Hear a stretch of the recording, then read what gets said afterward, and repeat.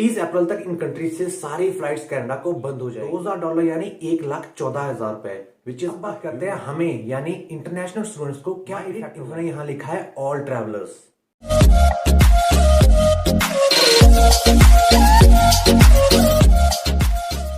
जब से कनाडा ने न्यू ट्रैवल रिस्ट्रिक्शन इंट्रोड्यूस की हैं, तब से काफी स्टूडेंट्स के मुझे इंस्टा पे मैसेज आ रहे हैं।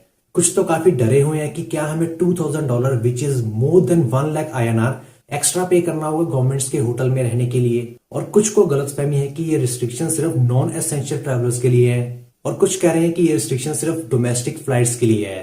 बहुत सारी कंफ्यूजन है स्टूडेंट्स में, बट आई प्रॉमिस कि इस वीडियो को देखने के बाद आपका कोई भी डाउट नहीं रहेगा रिगार्डिंग ट्रैवल रिस्ट्रिक्शन के। बस शर्त यह है कि आपको ये वीडियो पूरी लास्ट तक देखनी है, एक सेकंड भी फॉरवर्ड या स्किप नहीं करना है, वरना आपको आधी अधूरी इन्फॉर्मेशन मिलेगी और फिर से आप कंफ्यूज ही रहोगे। For those who are new to my channel, my name is Rajesh and मैं भी आप ही की तरह एक स्टूडेंट हूं जो कि कनाडा जाने के लिए PPR की वेट कर रहा हूं।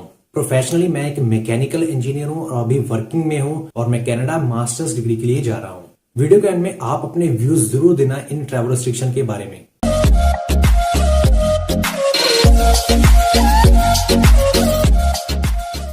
ओके, तो सबसे पहले तो मैं आपको ये बता दूं कि ये जितनी भी न्यू ट्रैवल रिस्ट्रिक्शंस लगी हैं वो 3 फरवरी से स्टार्ट होंगी। मतलब 3 फरवरी से जितनी भी फ्लाइट्स आएंगी कनाडा में उन पर ये रिस्ट्रिक्शंस लागू होंगी। अब हम डिस्कस कर लेते हैं कि ये जो न्यू ट्रैवल रिस्ट्रिक्शंस आई हैं वो एक्चुअली में हैं क्या क्या। वैसे तो काफ़ी सारी रिस्ट्रिक्शंस लगी हैं, लाइक मैक्सिको और कैरेबियन कंट्रीज से सारी फ्लाइट्स कनाडा ने बंद ही कर दी। 30 अप्रैल तक कोई भी पर्सन इन कंट्रीज से कनाडा एंटर नहीं कर सकता। बट हम मेनली बात उन रिस्ट्रिक्शंस की करेंगे जो हमें यानी एशियन कंट्रीज को अफेक्ट करेंगी। अब से कनाडा में इंटरनेशनली जितनी भी फ्लाइट्स आएंगी वो 4 एयरपोर्ट्स पर ही आ पाएंगी। Montreal Trudeau international airport, Toronto Pearson international airport, Vancouver international airport और कैलगरी इंटरनेशनल एयरपोर्ट। ये 4 एयरपोर्ट्स हैं जहां सारी की सारी इंटरनेशनल फ्लाइट्स लैंड करेंगी। यहां लैंड करने के बाद आपको डोमेस्टिक फ्लाइट लेनी पड़ेगी अपनी सिटी में जाने के लिए। लेकिन बिफोर ट्रैवलिंग टू कनाडा आपने कोविड टेस्ट करवाया हो, उसकी रिपोर्ट साथ में आपके होनी चाहिए। और कनाडा में एंटर करने के बाद भी आपका एक बार फिर से कोविड टेस्ट होगा। इसकी रिपोर्ट आने में 3 दिन लगेंगे और उस 3 दिन में आपको गवर्नमेंट अप्रूव्ड होटल्स में स्टे करना होगा, जिसके चार्जेस होंगे अप्रॉक्सीमेटली $2000। $2000 मतलब 1,14,000 रुपए, which is a huge amount I think. What you guys think about this huge money, आप कॉमेंट बॉक्स में लिख के बताइए। ये अमाउंट उन्होंने अप्रॉक्स बताई है, इससे थोड़ा कम या ज़्यादा भी हो सकता है, so keep that in mind also. 3 दिन होटल में रहने के बाद आपकी कोविड रिपोर्ट आएगी, तो अगर आपका कोविड टेस्ट नेगेटिव हुआ तो आपको होटल से रिलीज कर दिया जाएगा और फिर 14 दिन के लिए आपको अपने घर पे ही क्वारंटाइन होना पड़ेगा। भगवान ना करे अगर किसी का कोविड टेस्ट पॉजिटिव आ गया तो 14 दिन के लिए होटल में ही रहना पड़ेगा। Remind you staying in your home for 14 days is so much important, क्योंकि कैनेडियन गवर्नमेंट अब बहुत स्ट्रिक्ट हो चुकी है इसमें।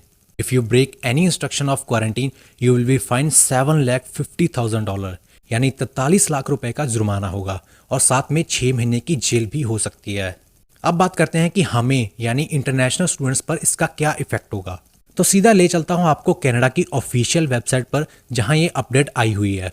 इसमें लिखा है कि as soon as possible in coming weeks all air travellers arriving in Canada, mind it इन्होंने लिखा है कि all travellers arriving in Canada with very limited exceptions must reserve a room in Government of Canada approved hotel for 3 nights at their own cost and take COVID-19 molecular test on arrival at their own cost. More details will be available in coming days.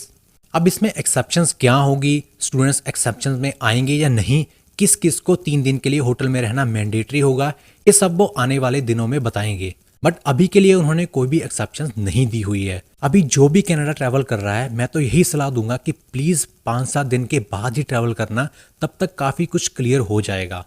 Hopefully students को stay नहीं करना होगा government hotels में, उन्हें नहीं $2000 पे करने होंगे, क्योंकि वो ऑलरेडी गवर्नमेंट अप्रूव्ड कॉलेजेस के अंडर ही स्टे कर रहे हैं और कॉलेजेस के क्वारंटाइन प्लान की फीस भी उन्होंने भर दी हुई है।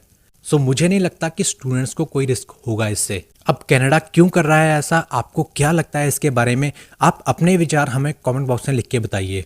मिलते हैं कमेंट बॉक्स में।